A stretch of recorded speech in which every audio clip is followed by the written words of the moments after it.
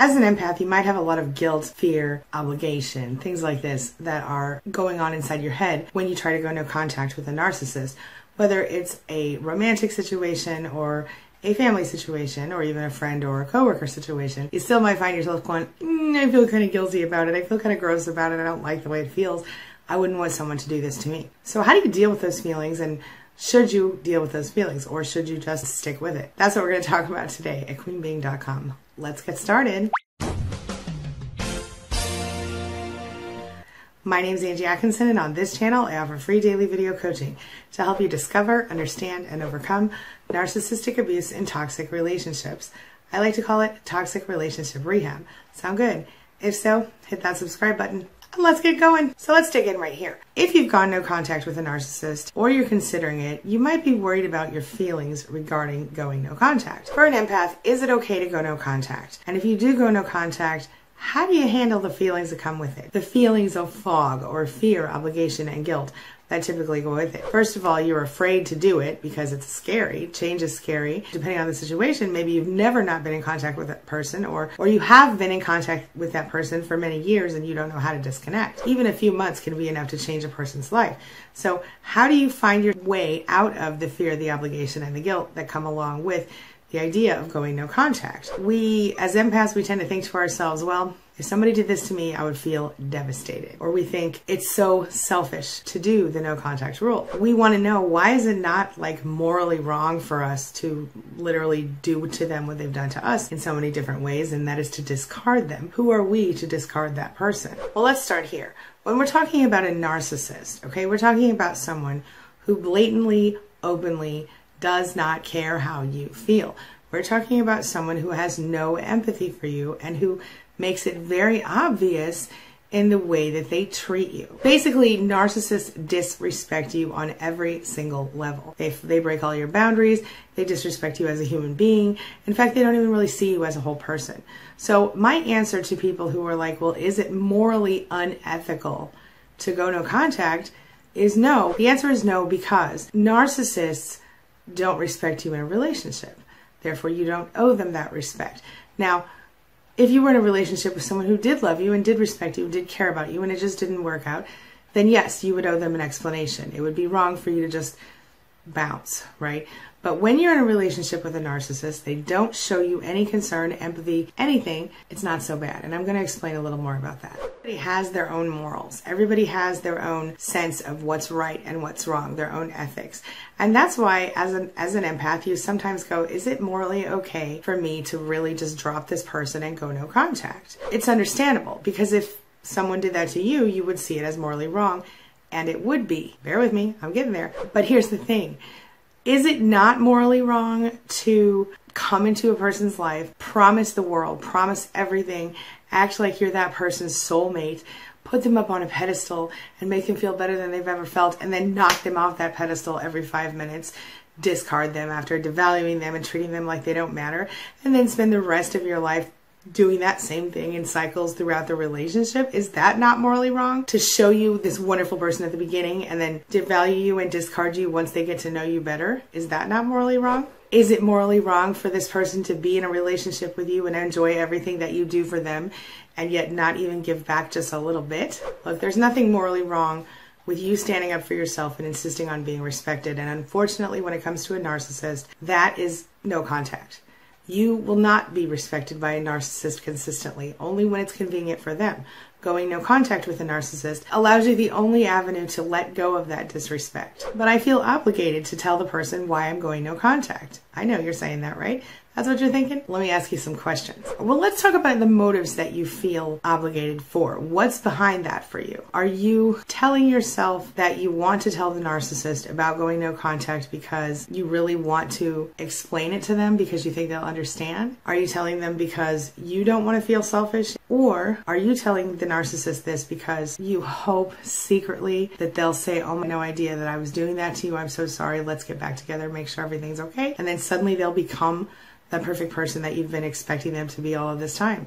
Let's have a reality check real quick, shall we? You already know when you've been involved with a narcissist, literally every single thing a narcissist does is for the narcissist. Even if it seems like they're helping you out because, like, I don't know, they're paying your phone bill or they're paying your rent at your house or your mortgage or whatever. It's about them. It's about them having control. It's about them getting what they want. It's about them having the things that they want, being in control of the situation. They don't care what we think. They don't care what we want. And yes, their actions frequently contradict with what they say. And that's what you have to look at, as their actions, in addition to the words, of course, because the verbal abuse that comes along with being with a narcissist can be very painful in many cases. Here's the thing. You look at the situation, you go, well, I'm an adult. I allowed this to happen. It's all my fault.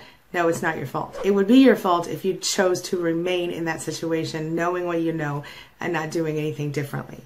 Then you could take a certain amount of responsibility. But the truth is, most of us don't come up knowing how to deal with people like this. We aren't in a situation to understand instantly this is a narcissist, this person has no empathy, because it doesn't make sense to us. As empaths, I mean, we are wired to react to emotion. We are wired to understand how other people feel and care about how other people feel. Narcissists are not. That is practically foreign to us.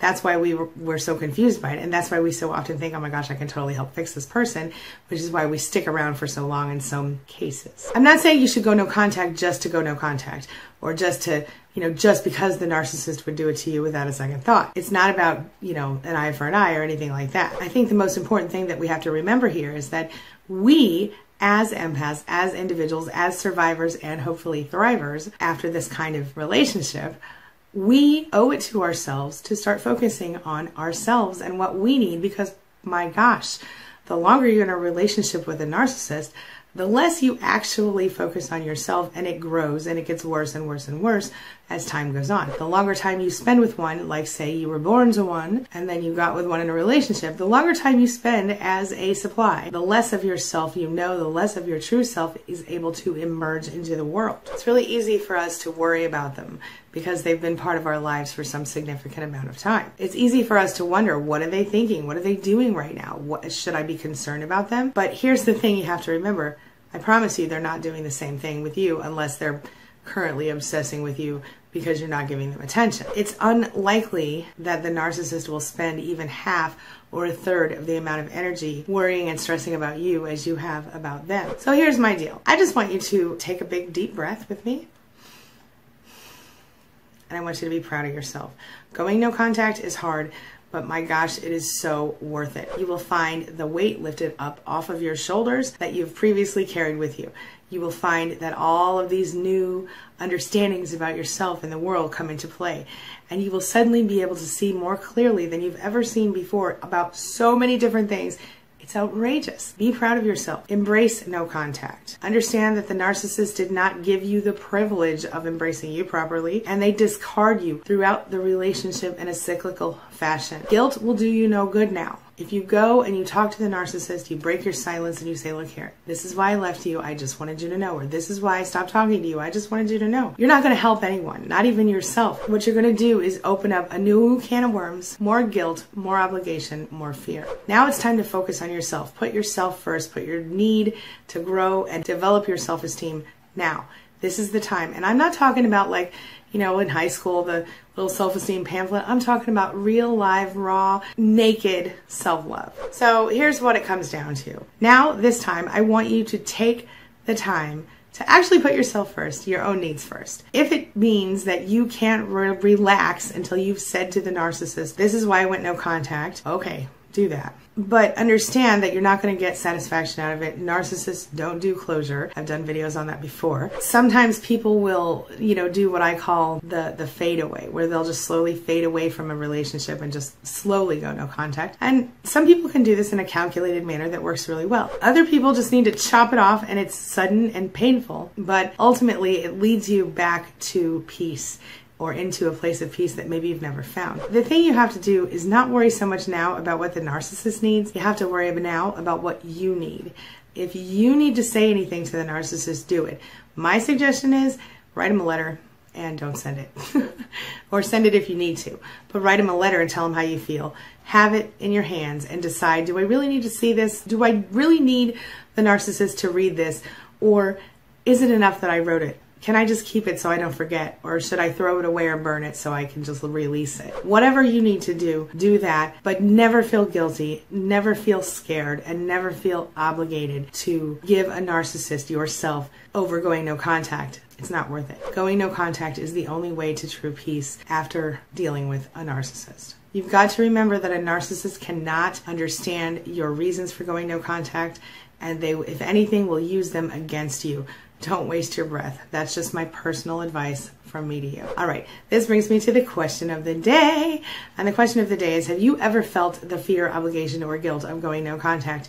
And how did you handle it? Share your thoughts and your experiences in the comment section below and help our fellow survivors understand from another person's perspective. That's all I've got for you right now. As always, thank you so much for being a part of my day and a part of my life. And hey, thanks for letting me be a part of yours. It really does mean a lot to me. I'll see you soon. It's my mission to teach others what I know to be true. You really can create the life you want. Take care of your body, take care of your soul, nurture the real you, and introduce him or her to the world. Be comfortable in your own skin and in your place in this world. Take your spot, take it now, and the universe will take its cue from you. You feel me? If so, subscribe to my channel. Let's get it done together.